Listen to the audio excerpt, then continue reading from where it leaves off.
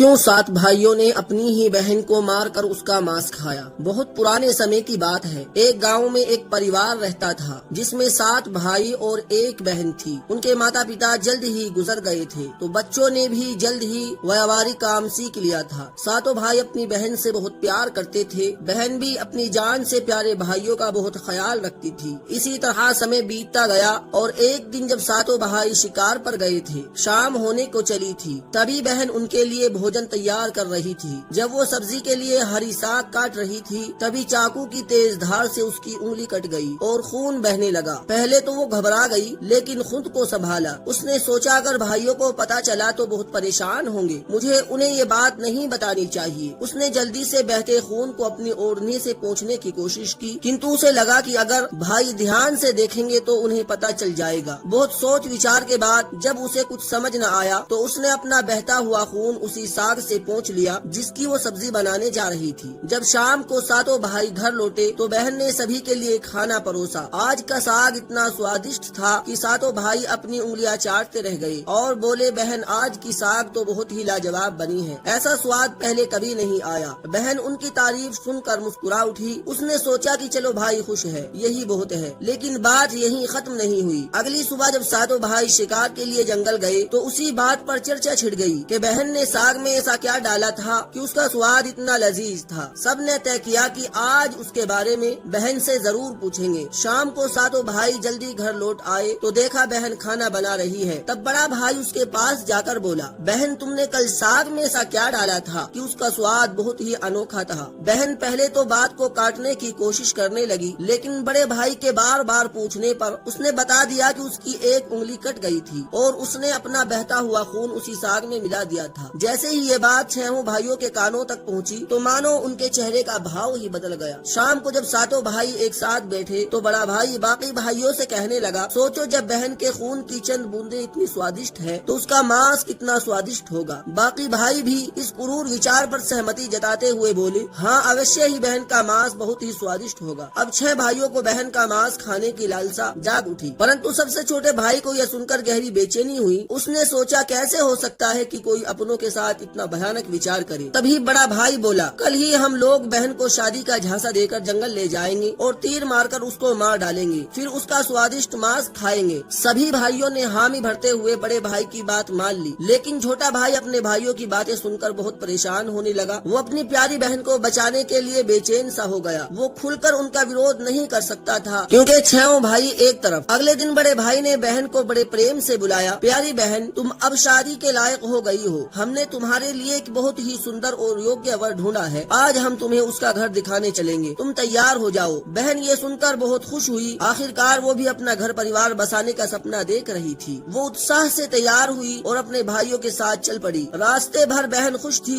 लेकिन इतनी दूर तक चलने के कारण बहन पूरी तरह से थक चुकी थी। तब उसने बड़े भाई से पूछा, भैया मेरा ससुराल अब कितनी दूर है? बड़ा भाई मुस्कुराया और सामने की तरफ इशारा करते हुए बोला, देखो वो रहा तुम्हारा ससुराल, वहाँ तुम रानी की तरह राज करोगी। बहन ये सुनकर बहुत खुश हुई और उत्साह से आगे बढ़ने लगी, लेकिन जैसे ही वो थोड़ा आगे बढ़ी थी अचानक उसके सभी भाइयों ने उसे पकड़ लिया। बहन कुछ समझ पाती उससे पहले ही भाइयों ने उसे पेड़ से बांध दिया। भैया ये क्या कर रहे हो? उसने घबरा कर पूछा, पर उसके भाइयों के चेहरे पर अब किसी प्रकार की दया या प्रेम नहीं था। बड़े भाई ने आदेश दिया, इसे कस कर बांध दो। अपने सभी भाइयों को हथियारे के रूप में देखकर बहन का हृदय दहल उठा। वह फूट फूट कर रोने लगी और भगवान को याद करते हुए कहने लगी, हे भगवान, मेरे अपने ही भाई मेरी हत्या करने चाहते हैं, क्या इनमें कोई मेरे लिए दया या प्रेम नहीं रखता? उसकी बातें सुनकर छोटे भाई की आंखें भर आई, उसका हृदय कांप उठा, लेकिन 6 भाइयों के खिलाफ जाने की हिम्मत उसमें नहीं थी। बहन को बांधने के बाद बड़े भाई ने सबको बारी बारी से उस पर बाण से प्रहार करने का आदेश दिया। बड़ा भाई अपनी बहन पर पहला तीर चलाने ही वाला था, तभी बहन भाई के सामने करुण स्वर में गाना शुरू कर दी, मारो मारो भैया छाती के लक्ष्य करके, भैया छाती के लक्ष्य करके, तुम्हारा तीर जंगल को जाएगा भैया। बड़े भाई ने कठोरता से तीर चलाया, लेकिन निशाना चूक गया। उसके बाद दूसरा भाई तीर चलाने को आगे बढ़ा। बहन ने पुनः वही करुण गीत गाया। एक एक करके सभी 6 भाइयों ने अपनी बहन को मारने की कोशिश की, परंतु हर बार उनका निशाना चूक जाता। अब सबसे छोटे भाई की बारी थी। सभी भाई उस पर चिल्लाते हुए बोले, पूरी ताकत से तीर चलाना, बहन को एक ही वार में मार डालना। अगर तुम असफल रहे तो हम तुम्हें भी जिंदा नहीं छोड़ेंगे। छोटे भाई के लिए यह स्थिति बड़ी कठिन थी। वो अपनी बहन से अत्यधिक स्नेह करता था। बहन ने जब छोटे भाई की जान खतरे में पड़ती देखी तो उसने मन ही मन कि वो अपने प्राण त्याग देगी, लेकिन अपने सबसे प्रिय भाई को मरने नहीं देगी। उसने मन ही मन ईश्वर से प्रार्थना की, हे भगवान, मेरे इस छोटे भाई का तीर मेरी छाती भेदने में सफल हो जाए ताकि इसे इन पापी भाइयों के हाथों मरना न पड़े। फिर उसने करुण स्वर में वही गीत गाए, मारो मारो भैया छाती में लक्ष्य करके भैया, छाती में लक्ष्य करके तुम्हारा तीर मेरी छाती को भेद जाए भैया। छोटे भाई की आंखों से आंसुधारा बहने लगी, पर वो मजबूर था। उसने कांपते हाथों से तीर चलाया। तीर बहन की छाती में गहराई से उतर गया। वो दर्द से कुछ देर झटपटाती रही और फिर उसकी आंखें हमेशा के लिए बंद हो गई। 6 भाइयों ने अपनी कुटिल योजना को सफल होते देखा तो उनके चेहरे पर क्रूर मुस्कान आ गई। अब 6 भाइयों ने मिलकर बहन के शव को टुकड़ों में काट डाला। बड़े भाई ने छोटे भाई को जंगल से लकड़ी और पानी लाने को कहा। छोटा भाई भीतर ही भीतर बहुत ज्यादा चिंतित था। उसकी आंखों के सामने उसकी प्रिय बहन के शव को टुकड़ों में काट उसके मांस को पकाया जा रहा था, लेकिन वो असहाय था। जब वो जंगल गया तो पानी और लकड़ियों के साथ कुछ मछलियाँ और केकड़े भी ले आया। उसने मन ही मन सोचा, मैं अपनी बहन का मांस नहीं खा सकता, लेकिन अगर मैंने विरोध किया तो यही निर्दय भाई मुझे भी मार डालेंगे। जल्द ही चावल और मांस तैयार हो गया और भोजन परोसा गया। सभी भाई मांस खाने के लिए उत्सुक थे। छोटे भाई ने चुपके से अपने खाने की जगह एक गड्ढा खोद रखा था। जैसे उसकी थाली में बहन का मांस परोसा गया, उसने बिना किसी को दिखाए मांस को गड्ढे में डाल दिया और मछली केकड़ा खाने लगा। बाकी के सभी भाई अपनी बहन की हड्डियां चबा रहे थे। जब सभी का पेट भर गया तो बड़े भाई ने छोटे भाई से कहा, अब यह झूठन साफ करो। छोटे भाई ने बहन की हड्डियां व बाकी अंगों को इकट्ठे किया और चुपके से उसी गड्ढे में डालकर मिट्टी से ढक दिया। समय बीतता गया। उस जगह से एक बांस का पौधा उग गया और धीरे धीरे वहाँ बांसों का समूह बन गया।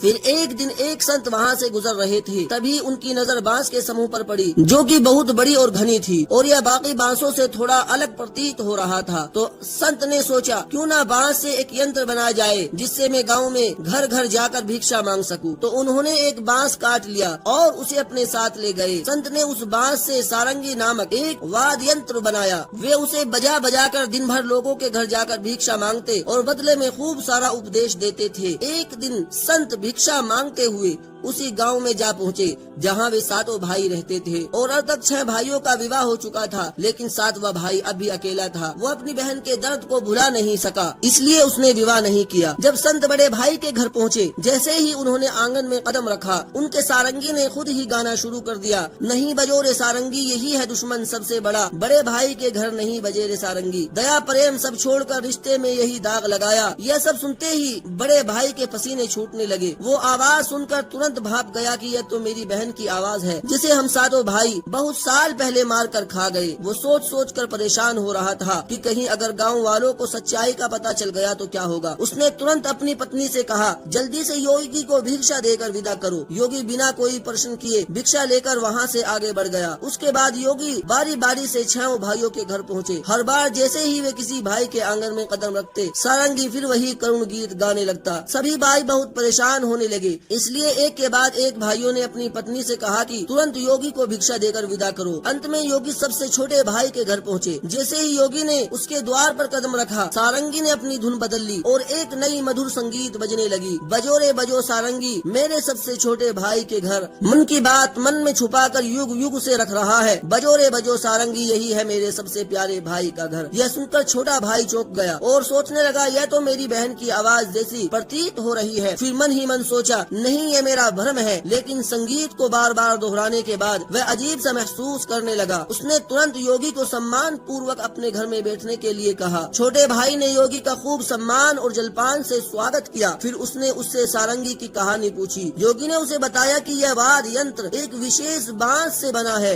जो एक अज्ञात जगह पर जंगलों के बीच से उसे बांस के समूह से लिया था। यह सारंगी से उत्पन्न संगीत और योगी की बात सुनकर छोटा भाई सोच में पड़ गया और मन ही मन विचार करने लगा कि हो सकता है इस सारंगी से मेरा कोई गहरा संबंध हो। फिर छोटे भाई ने योगी से विनती की कि कृपया यह सारंगी मुझे दे दीजिए, मैं इसे हमेशा अपने पास रखूंगा। योगी ने सहानुभूति से उसकी ओर देखा और बिना कोई सवाल किए सारंगी छोटे भाई को सौंप दिया और वहाँ से चला गया। योगी के जाने के बाद छोटे भाई ने सारंगी को एक पवित्र स्थान पर रख दिया। उसने उसे धूप दीप जलाकर सम्मान दिया जैसे वो कोई पूजनीय वस्तु हो। लेकिन कुछ ही दिनों में उसने अपने घर में एक अजीब सा बदलाव महसूस किया। हर दिन जब वो काम से लौटता तो देखता के घर के सारे काम हो चुके हैं। घर एकदम साफ सुथरा मिलता, बर्तन भी साफ होते थे। शुरू में उसने सोचा कि शायद कोई पड़ोसी या भाभी मदद कर रही होगी, लेकिन जब यह सिलसिला रोज रोज दोहराने लगा तो उसका संदेह बढ़ने लगा। उसने अपनी भाभीियों के घर जाकर पूछा, क्या मेरी गैर मौजूदगी में आप लोग मेरे घर की सफाई करती हैं? भाभियाँ चौंक गई, हमें तो अपने ही घर के कामों से फुर्सत नहीं मिलती, तुम्हारा घर हम कैसे साफ करें? अब छोटे भाई की जिज्ञासा बढ़ गई। उसने सच जानने का फैसला किया। जब रात हुई तो वह बिना आवाज किए घर के एक अंधेरे कोने में छुप गया। आधी रात के करीब एक हल्की सरसराहट सुनाई दी। छोटे भाई की सांसें थम गई। कुछ ही क्षणों में सारंगी से हल्की रोशनी निकलने लगी। अचानक सारंगी के भीतर से धीरे धीरे एक परछाई सी उभरी, जो धीरे धीरे एक लड़की के आकार में बदल गई। छोटे भाई ने जो अपने आंखों से देखा वो अविश्वसनीय था। सारंगी से एक सुंदर युवती प्रकट हुई, लेकिन जब वो दिए की रोशनी में आई तो छोटे भाई का दिल जोर से धड़क उठा। वह युवती बिल्कुल उसकी मरी हुई बहन जैसी दिख रही थी। वो चुपचाप घर की सफाई करने लगी। उसने एक एक सामान को उसके सही स्थान से लगाया, बर्तनों को धोया और फिर घर की सफाई करने लगी। उसकी हर हरकत में अपनापन था, जैसे वो किसी अपने के घर को सहेज रही हो। युवती ने धीरे धीरे अपने काम खत्म किए और फिर जैसे आई थी वैसे ही सारंगी में समाने लगी। छोटा भाई हिल भी नहीं पा रहा था। जब वो पूरी तरह सारंगी में समा गई तब जाकर उसने राहत की सांस ली। अगले दिन उसने ये रहस्य अपनी बड़ी भाभी को बताया। बड़ी भाभी कुछ देर चुप रही, फिर गंभीर स्वर में बोली, अगर ये सच है तो मैं तुम्हें एक उपाय बताती हूँ, तुम ध्यान से सुनो। जब वो सारंगी से बाहर आए तब तुम तुरंत उस सारंगी को आग में डाल देना और उस पर गंगा जल छिड़क देना। इससे वो आत्मा अपने पुराने शरीर के बंधन से मुक्त हो जाएगी। लेकिन याद रखना, अगर तुम ये करने में जरा भी देर करोगे तो शायद वो हमेशा के लिए गायब हो जाएगी। छोटे भाई ने भाभी की बात को गंभीरता से लिया। उसने तय किया कि आज रात ही वो यह उपाय करेगा। रात होते ही वो फिर से उसी जगह छुपकर बैठ गया। इस बार वो पहले से ज्यादा सतर्क और तैयार था। उसकी आंखें सारंगी पर टिकी थी। तभी वो हल्की सरसराहट हुई और सारंगी से वही रोशनी निकली। धीरे धीरे उसकी बहन फिर से प्रकट हुई। उसने हमेशा की तरह घर की सफाई शुरू कर दी। जैसे ही युवती ने अपना अंतिम काम पूरा किया और वापस सारंगी की ओर बढ़ी, छोटे भाई ने झटपट सारंगी को उठाया और उसे आग में डाल दिया। सारंगी जलते हुए उसमें से एक तीव्र रोशनी फूटी। पूरे कमरे में उजाला फैल गया। युवती अचानक रुक गई। तभी छोटे भाई ने बिना समय गवाए तुलसी जल की बूंदे उस पर छिड़क दी। जैसे ही तुलसी जल की बूंदे उस लड़की के ऊपर पड़ी, अचानक एक चमत्कार हुआ। धीरे धीरे वो मनुष्य रूप में परिवर्तित होने लगी। छोटा भाई एकदम चौंक गया। वो अपनी आंखों पर विश्वास नहीं कर पा रहा था, जिसे वो दर्दनाक हादसे में हमेशा के लिए खो चुका था। आज फिर से उसके सामने खड़ी थी। आंसुओं की धारा उसकी आंखों से बहने लगी। वो दौड़कर अपनी बहन से लिपट गया। बहन भी भाई के गले से लिपटकर जोर जोर से रो पड़ी। दोनों एक दूसरे को देखकर फूट फूट कर रो रहे थे। छोटे भाई ने अपनी बहन का हाथ थाम लिया, जैसे वो कभी उसे दोबारा खोना नहीं चाहता था। यह सब देखकर अपनी बहन से पहले से भी ज्यादा अत्यधिक स्नेह करने लगा और पहले से भी ज्यादा अपनी बहन का ख्याल रखने लगा। वे हंसी खुशी अपनी जिंदगी बिताने लगे। ये कहानी यहीं पर समाप्त होती है। आप लोग बताइए कि यह कहानी आपको कैसी लगी, और ऐसे ही लोक कथाएं सुनने के लिए हमारे चैनल को सब्सक्राइब जरूर करें। मिलते हैं अगली